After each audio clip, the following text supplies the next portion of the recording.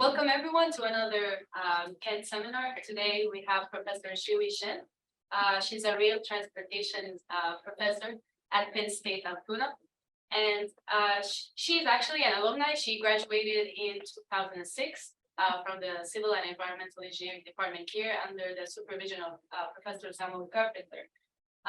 Her research interests include material characterization and modeling.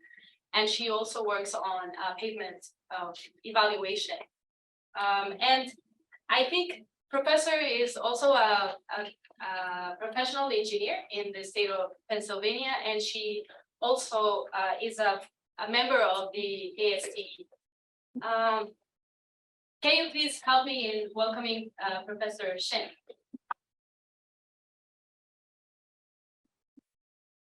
So, Professor, yes, you can share your screen. Your presentation is 35 minutes long, and then we will have some questions from the audience here in person and also on Zoom.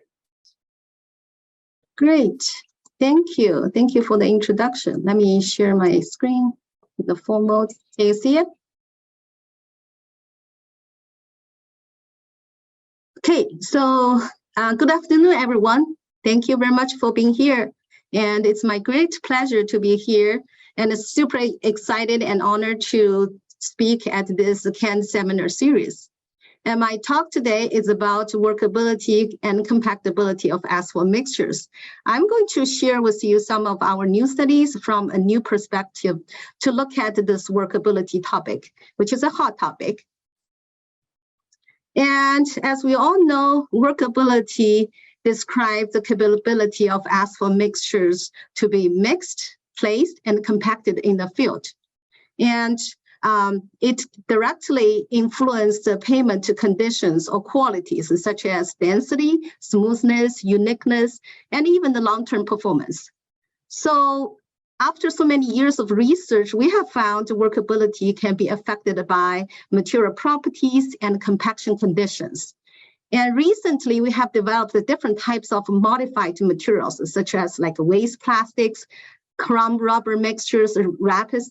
And when we added those modified materials into the asphalt mixtures, a big question to be answered is whether or not these materials will produce the same workability in the field and eventually lead to a good performance. So in terms of workability, we have developed some of different methods to evaluate workability. For example, and the most fundamental one is we are looking at the viscosity of the asphalt binder. This one we target as the binder itself, and we can evaluate different types of binders viscosity to determine the mixing and compaction temperatures. However, for certain type of modified materials, for example, the wall mix technology, foaming technology, or chemical-based materials, it's hard to only look at the binder characteristics and to know what's the workability. So then researchers said, okay, let's develop something new. And that comes to this workability meters. Basically, we put a device into the mixer and we look at the resistance or the torque during the mixing process, and we correlate that to the mixture's workability. It seems this method is good for certain materials, and it does look into the interaction between asphalt binder and aggregates together and from the mixture perspective. However, this method has been found, it cannot evaluate the effect of asphalt binder content, for example. And for some additives, if they are not added to this interaction perspective, so it's harder to be evaluated using this method. And most importantly, this method is mainly targeted at the mixing process, and it's hard to look at what eventually this mixture's compatibility, also how good they can be placed and compacted in the field. So with that considered, and another method was developed. So basically researchers placed some, pressure cells into the gyratory compactor so that we can look at what's the resistance of the mixtures during the compaction. And then the compaction curves based on those mechanical responses can be developed, such as the CFI compaction force index or CDI compaction density index. And then the higher those parameters and the poor this mixture's workability. Basically, it needs more force or energy to compact the mix. So this method seems it's working nicely for some of the for a lot of mixtures, but one issue is this method mainly targets at the laboratory compaction. And we're not sure whether or not what we found from the laboratory can be transferred to the field, and the mix in the field still have the similar compaction characteristics. And also, researchers also noticed this method seems it's less sensitive to certain type of modified mixtures, such as warm mix, etc. So that gives some questions in mind. So can we find another method more fundamental? And most importantly, it can deal with different types of modified mixtures. And also, it can give us some insight, not just from the laboratory perspective, also from the field compaction perspective. So that initiates our study. We consider the asphalt mixtures as a type of particulate materials, basically, and it's our research hypothesis. The particle, also the aggregate particles, individuals' motion characteristic, how do they move during the compaction process, should have a strong correlation or indication to mixtures workability. So that becomes our motivation of the study. But the next questions people might ask, okay, we do want to know the particle's motion, but how can we do that? What's the methodology? Or do we have any available tools to help us not only see the particle motion characteristics during the laboratory compaction and also in the field compaction as well? So here you can see from our research group, and we developed a particle size wireless sensor. We call it SmartRock. And if you look at this sensor from the left side, it's 27 millimeter cubic size. This is the smallest that we can do. So we are trying to keep it as small as possible so it can be, put into the pavement and the samples.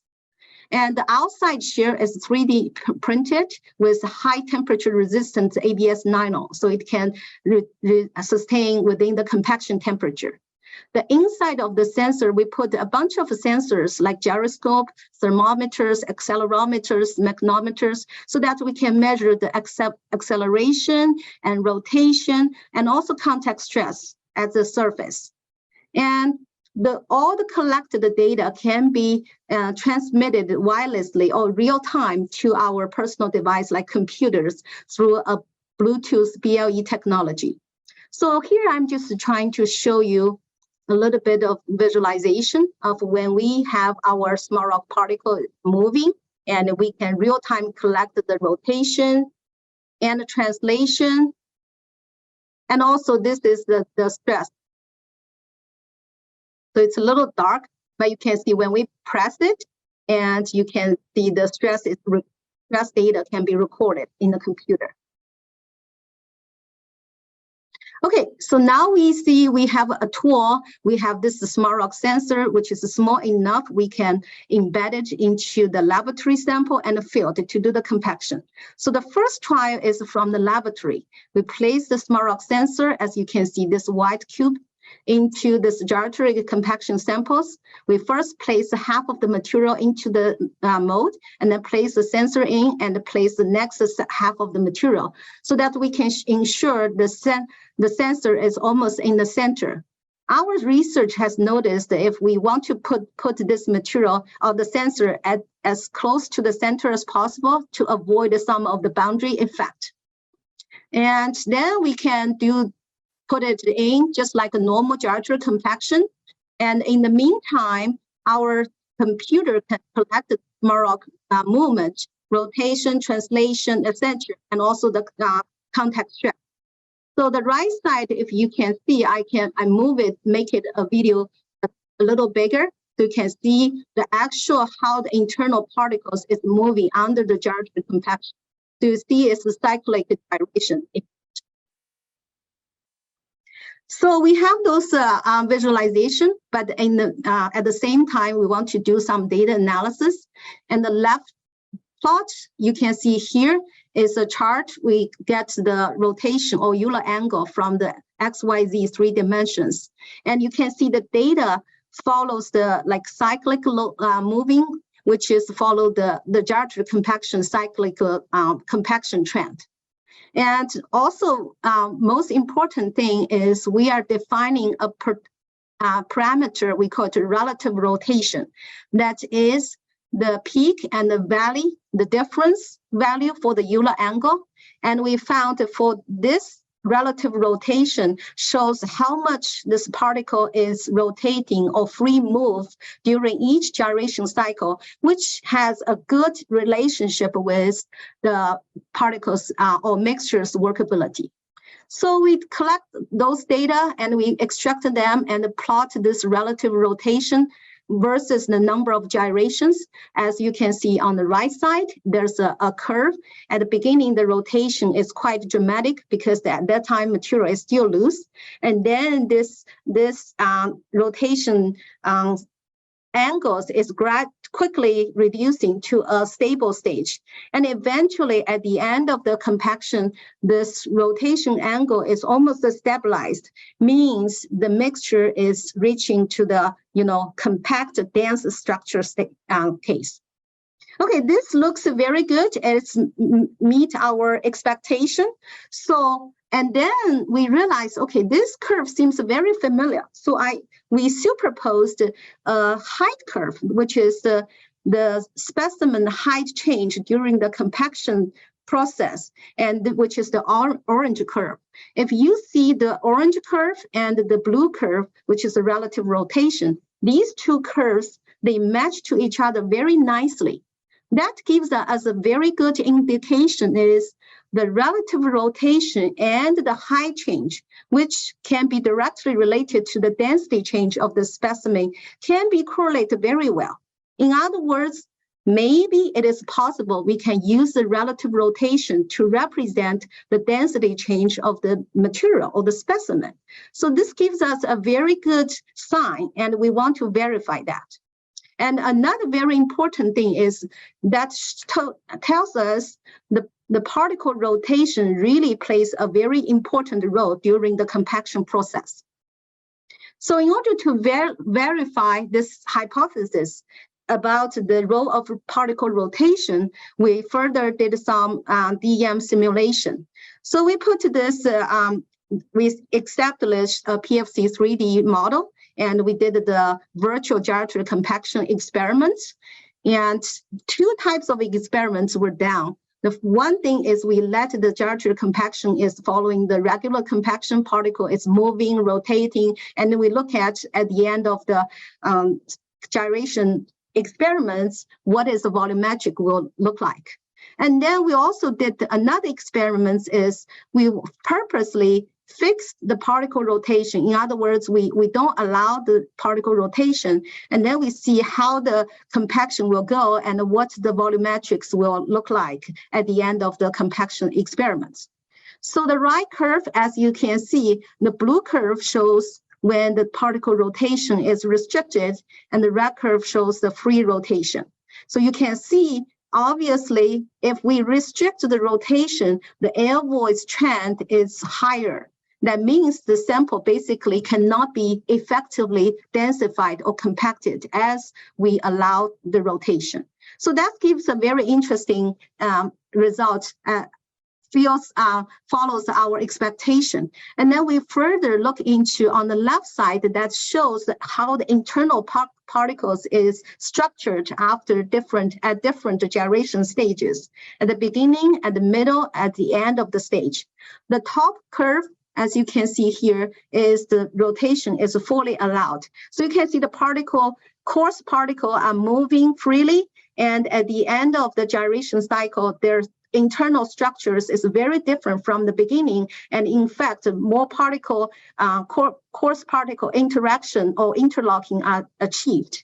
However, if you look at the bottom curve, and you can see because the particle rotation are restricted, so the internal structure are very similar at the different compaction stage. They basically, it's just like a material squeezed together.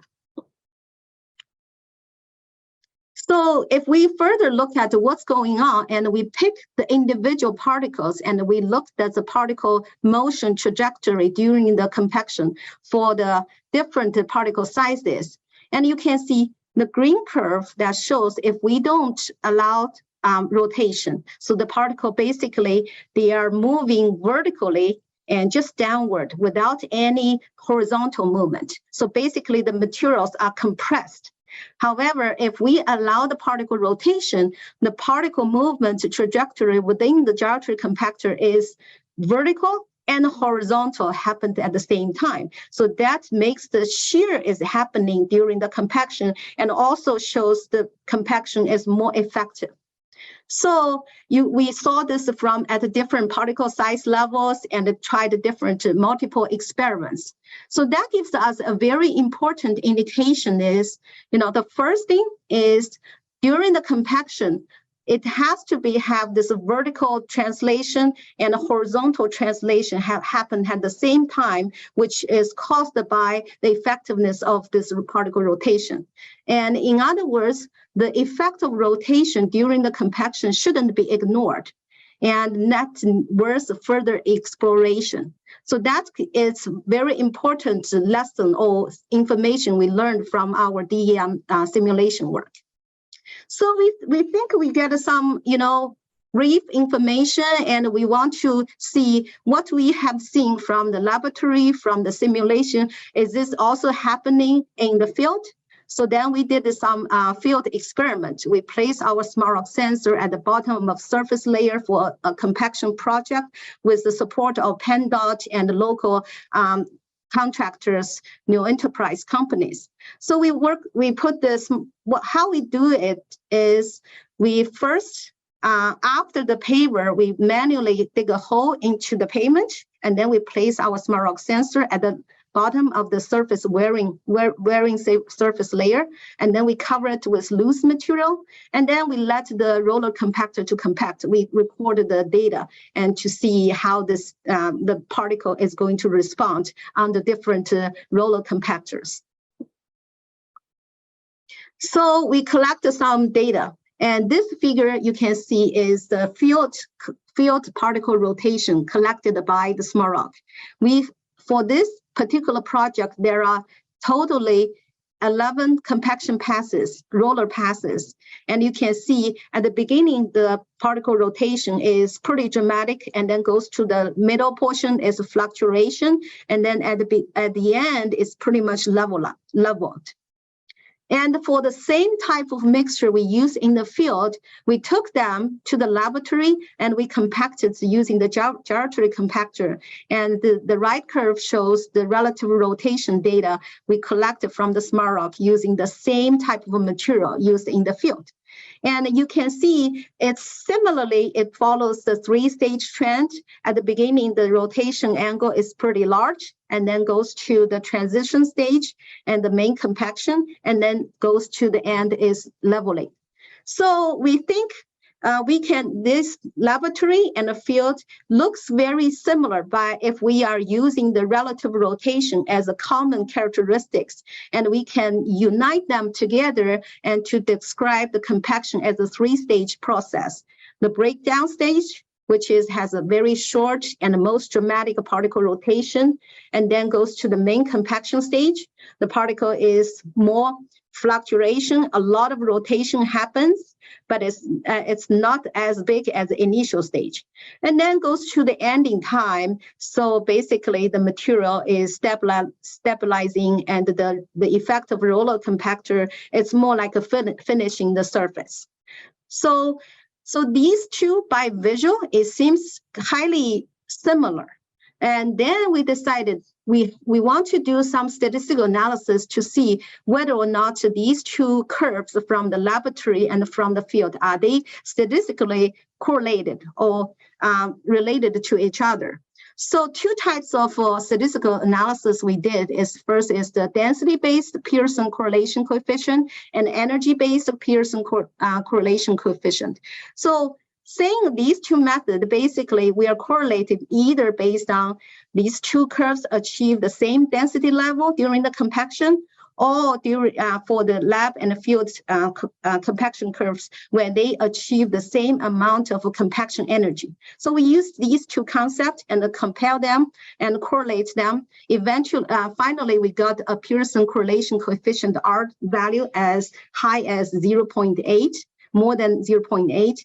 That is indication of these two curves are highly correlated, indicating the laboratory compaction and the field compaction, they can be united with the parameter of relative rotation.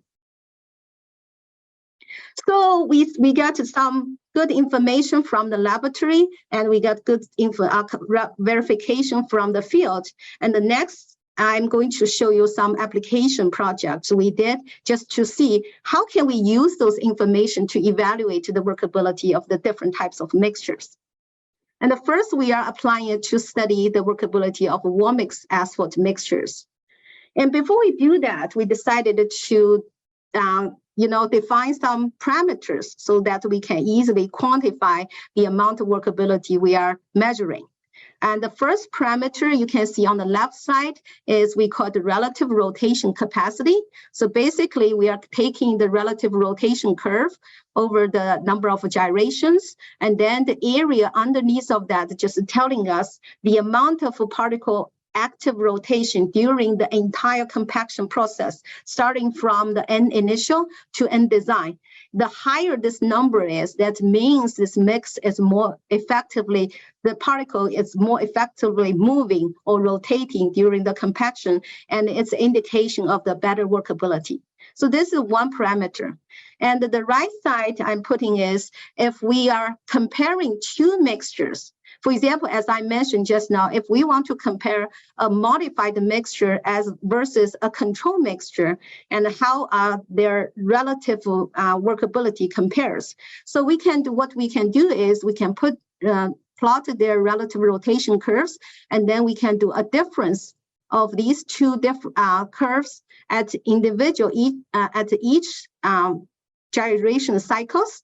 And we can get an average. We call the average residual rotation. And this number is, if this number is positive, that means our modified mix or our test mix has a better workability than the control mix. And if this value is negative, that means vice versa. If this value is close to 0, that means these two mix have similar workabilities. So these are just some, background information for your knowledge. Now let's look at some of the mixtures we basically worked with Ingevity company, and we developed 5 types of mixtures, and they are number 2 mix is a control mix, which is the standard mix. But for mix 1, 3, 4, 5, they were having a different either WMA dosage, which basically we're using Everson M1 as the WMA technology. And we also varied the compaction temperature to see the effect of compaction temperature. So this is a big table. It's very busy, but I just want to give you a quick information. So we basically, for all 5 mixtures, we calculate their volumetric properties, which is the traditional method of evaluating workability, and also the mechanical parameters, like I mentioned, the CDI, CFI come from the gyratory compaction with the pressure cell, and also the kinematic parameters, which were got from the smart rock sensors, and we are evaluating them. So I think this figure is more easier to tell the trend. So the top left one shows the volumetric characteristics, and the bottom left one shows the mechanical parameters, and the right one shows the smart rock sensor parameters, RRC and ARR. Basically, all three types of methods give the consistent trend to evaluate or rank the workability of all 5 mixtures. So our control mix is at here, number 2, and mix number 1, which has a different lower compaction temperature, which shows a worse workability, and some mix 3, 4, 5 have different compaction temperature and different dosage of WMA, so it shows a higher. So I'm going to talk about them individually, but I just want to mention overall, you can see that the trend is quite consistent, but the result from the SmartRock sensors, the RRC and AR shows a more more sensitive results to differentiate the difference among different mixtures. And then let's look at the individual plot from the SmartRock sensor data. And I'm plotting this relative rotation curve for different types, for 2 types of mixtures. Mixture 1, which has 0% WMA technology additives, and mixture number 4 have 0.7% of Evazone technology additives. And you can see the one with Evazone additive, it shows our relative rotation curve is above the mix number 1. Although they are compacted at the same temperature. So they are showing the effectiveness of this WMA additives is quite dramatic, showing a better workability from mix number 4. And now let's look at this one is about the effect of WMA additive. And we are doing a difference. So we use mix number 1 as a control mix. And then mix number 4 is something is with the WMA Evazone additives. So they both compacted at the same 230 Fahrenheit degree. So you can see at the same compaction temperature, when we add 0.7% of Evazone, this blue curve shows a positive ARR value that indicates the one mix number 4 with the Evazone additive has better workability than the mix number 1, which doesn't have additive. Similarly, we can see the red curve, which is we use mix number 2 as a control, and both mix number 2 and both mix number 5, both of them were compacted at 290 Fahrenheit. The difference is mix number 5 have 0.7% of Evazone additive into it. So you can see slightly this red curve is above the 0 line. It shows the mix number 5 with the 0.7% of additive has a better workability than the mix number 2 without additive. But one thing we also can see is at a higher temperature, compaction temperature, the effect of WMA additives is not as dramatic as the one at lower compaction temperature. So this is one information we got from the study. So similarly, we looked at the effect of compaction temperature.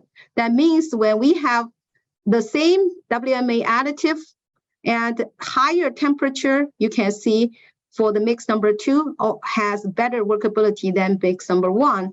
And same thing, when we have 0.7% of additive, mix number 5 has better workability than mix number 4, which is compacted at 230 Fahrenheit.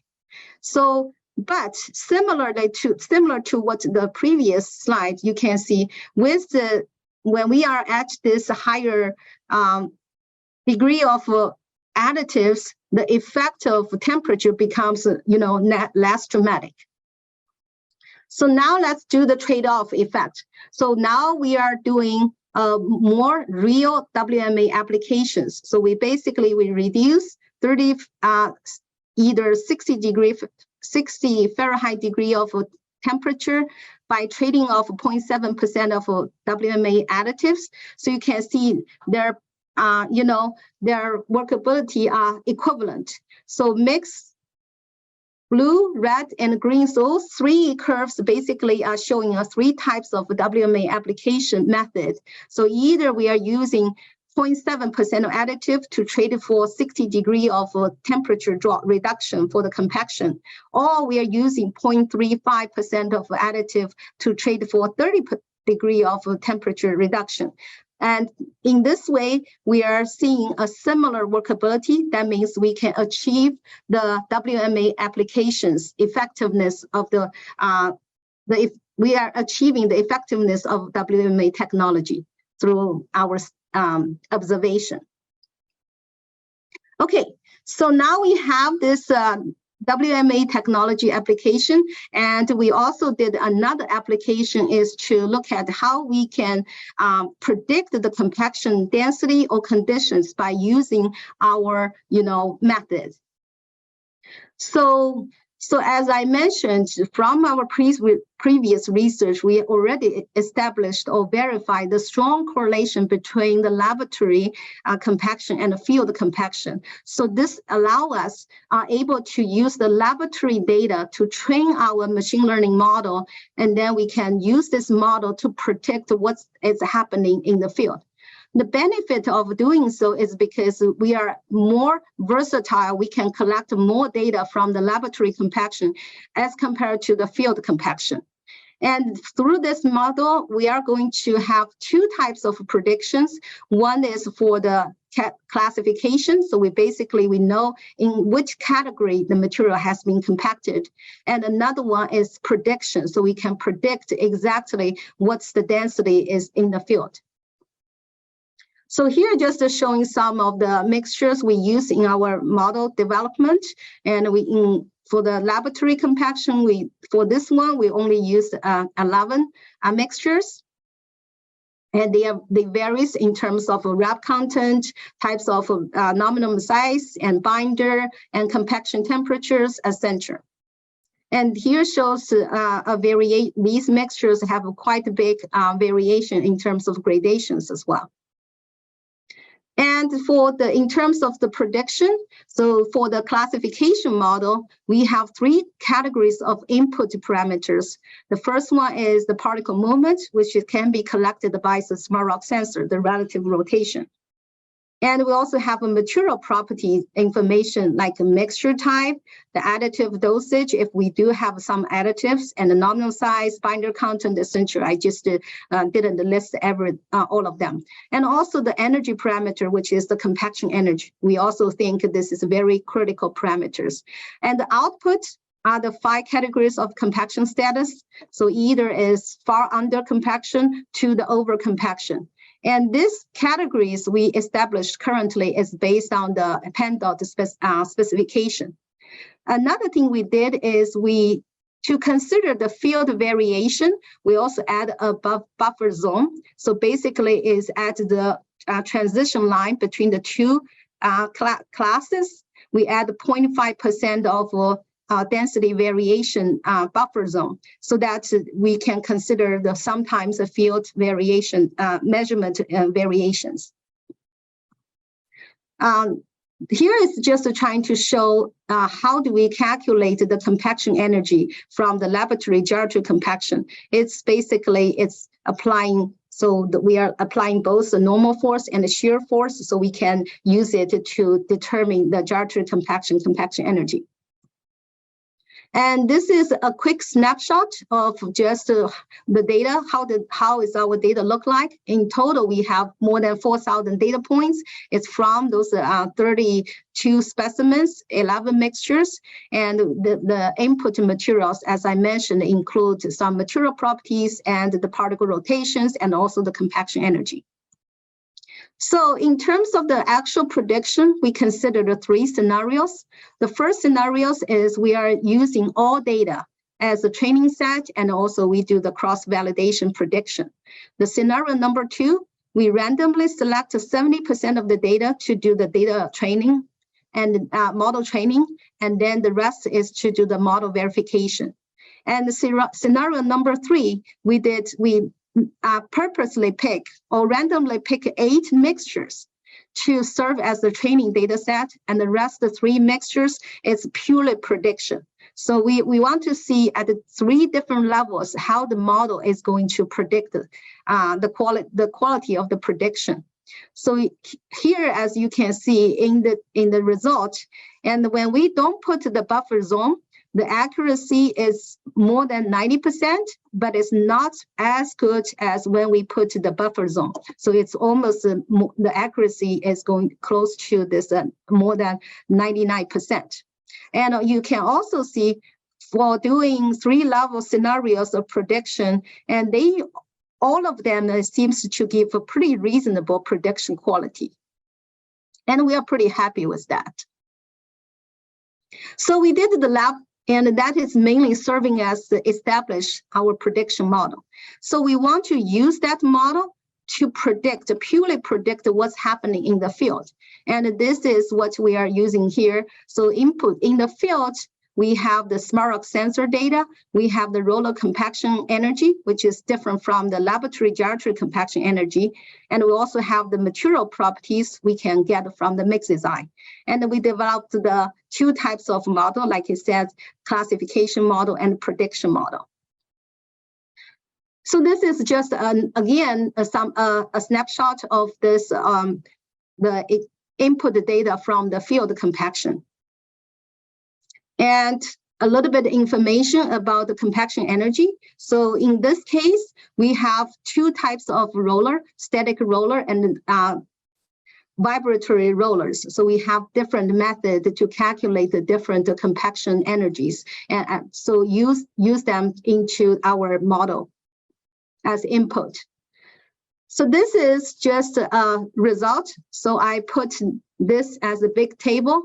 The 1 to 11 is indicating we have totally 11 roller passes in the field, and the V is the vibratory roller, and the S is the static roller. As you can see, that pattern is determined by the contractor, so they use a different pattern based on their past experiences.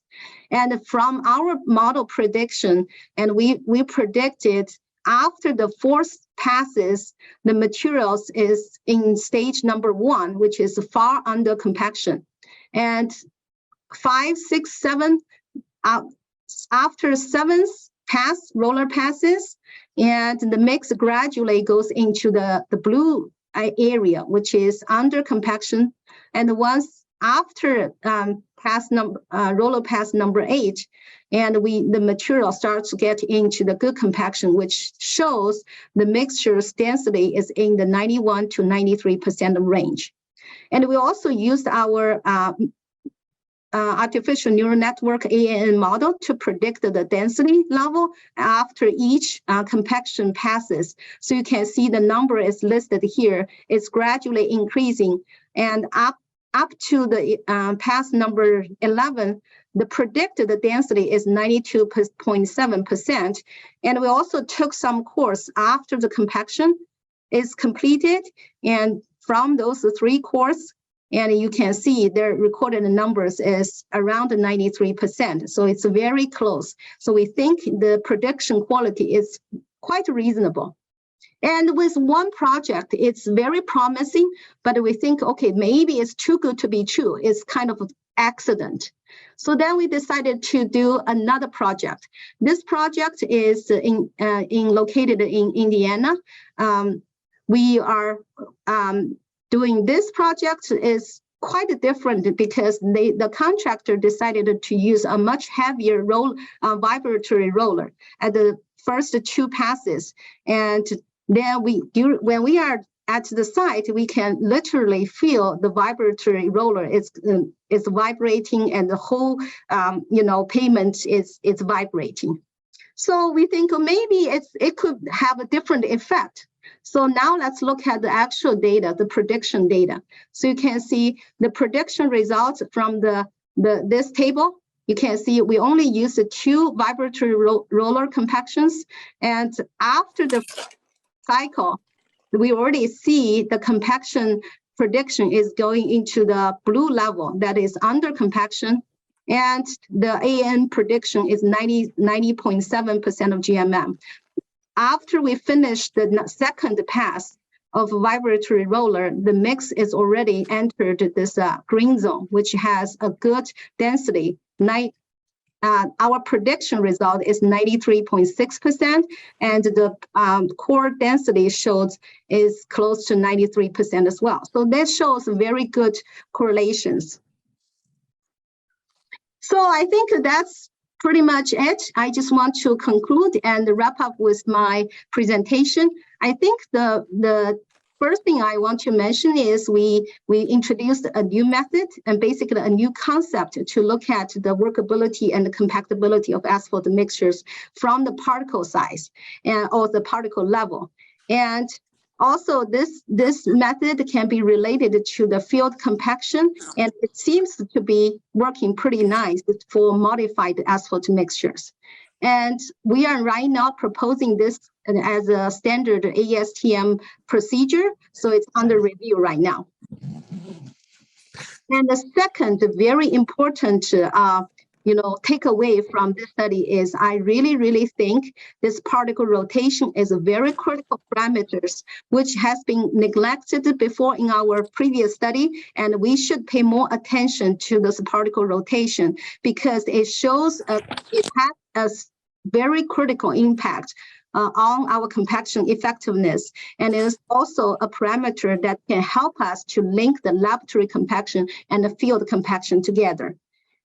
And also we have developed a nice field compaction prediction model, which based on the critical parameters like particle rotation, compaction energy, mix design informations that can be, based on the laboratory trained model and then to predict the field, which is pretty nice.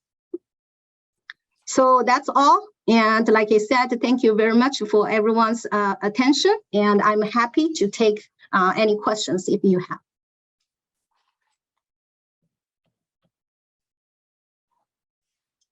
Thank you, Professor, for the nice presentation. Let me see if we have any questions in the room. Yes, please. Thanks, Professor. I have a question about the sensor. If we want to use the smart block to perform a long-term monitoring, how can we deal with the sensor battery? Yes, that's a very good question. I think every time when I'm doing presentation, this is always one of the questions. Yeah, so one thing at this time, if we are doing, we have different target or application approaches. If we are mainly focusing on the compaction, and for example, if we are going to use it as a laboratory compaction tool, so we can use it in the laboratory and to look at the workability. It's a very quick test, and we can use it, and it's retracted, and also the battery can be easily changed. And we are also working on a rechargeable version, so we can recharge this battery. That's not a problem. And if we are doing the field compaction, we have two purposes.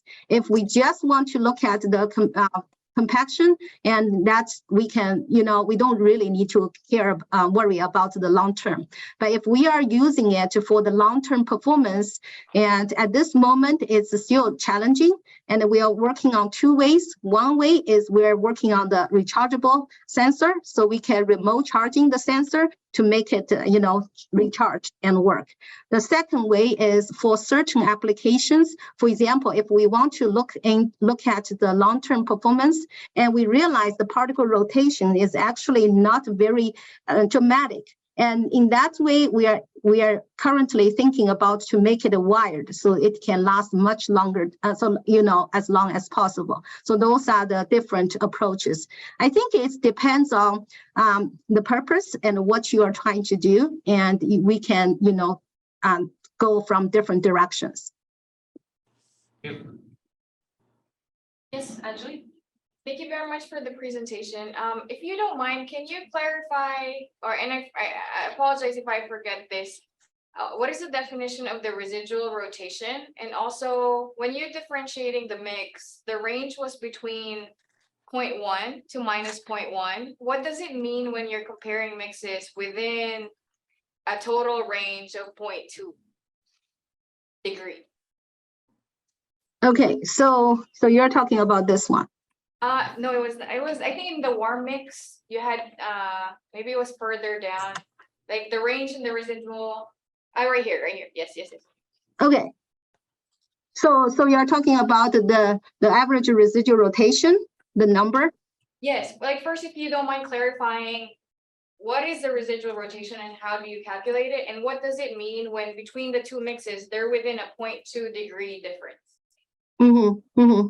Okay, yeah, so like I said, if we, the first, in order to explain what's the residual, and you can see, if, for example, if we have two types of mixtures, okay, and we are comparing their workability, and then we are saying this purple curve and the blue curve, and it's it's maybe the purple curve is a modified mix and the blue curve is our control mix. So we are going to use the rotation at each cycle, and we are finding their difference.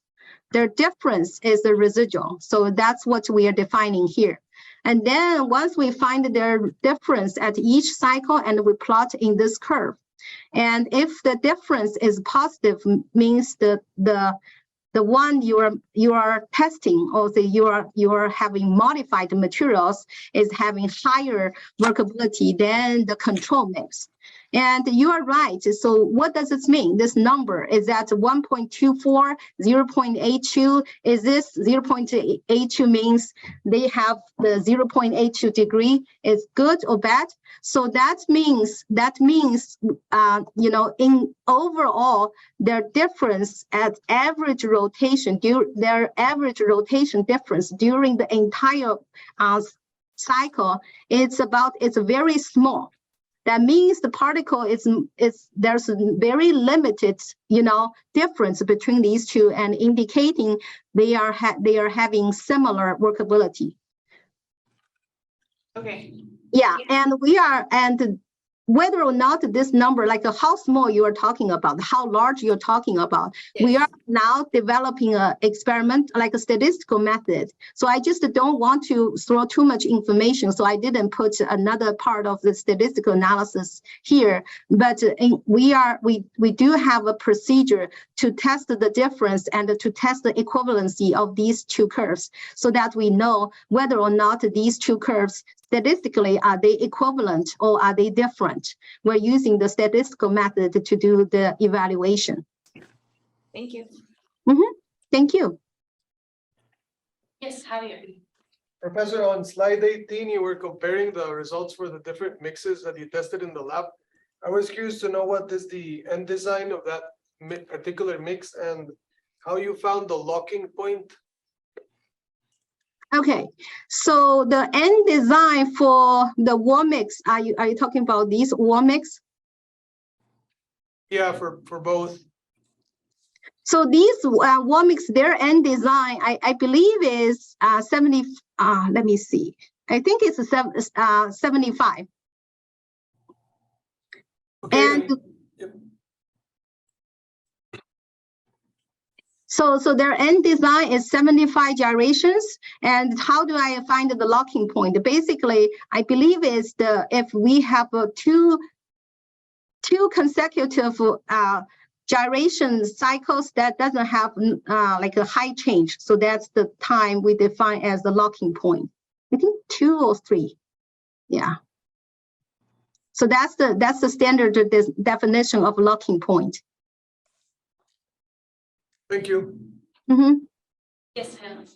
Thank you, Professor, for the presentation. I was just curious to know what was the range of binders you used for your database? Like what PG grades did you use, or were all of them 64 minus 32? Yes. Let me see. Where's my? Yeah, so this one, so we have the PG 64 minus 22 and the PG 64E minus 22. They are pretty much like a PG 76.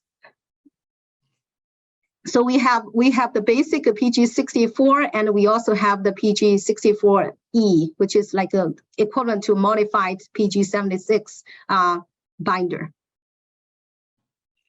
And we also have some different wrap content. Their nominal maximum size is different.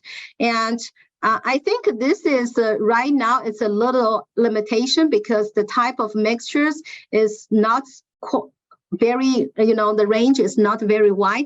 That is because I mainly use the mix we got from the Pennsylvania, and most of our mix is, in this similar ranges.